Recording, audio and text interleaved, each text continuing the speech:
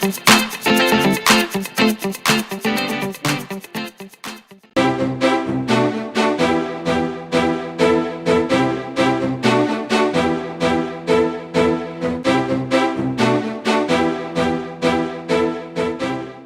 that the original EOS Rebel SL1 came out 4 years ago, you'd expect a little more in the way of updates for its successor, the SL2, most likely named the 200D in the UK and Australia.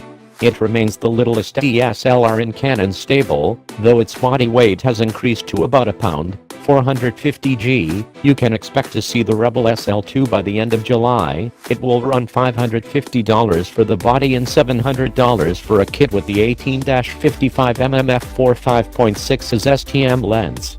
I don't know price or availability in other regions, but the US prices convert to about £350 and £540 or $72 and $915, respectively. The sensor graduates from the old hybrid CMOS to the more current dual-pixel CMOS sensor that's in the T7i/800D, though it still is a 9-point autofocus system like the SL1.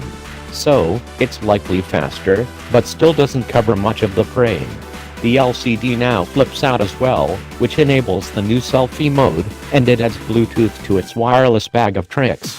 Battery life looks significantly better, but continuous shooting is only a little faster. It does incorporate the newbie-friendly interface that debuted with the T7i.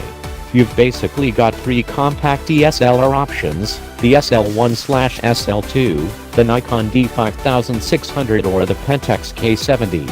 Neither the Nikon or Pentax have comparable autofocus during movie recording, as the SL2s will probably be given Canon's history, and the Nikon at least is really weak if you want to transmit photos to your phone. But both Nikon and Pentax use sensors without anti-aliasing filters that blur the image, so you'll probably get better photo quality out of them.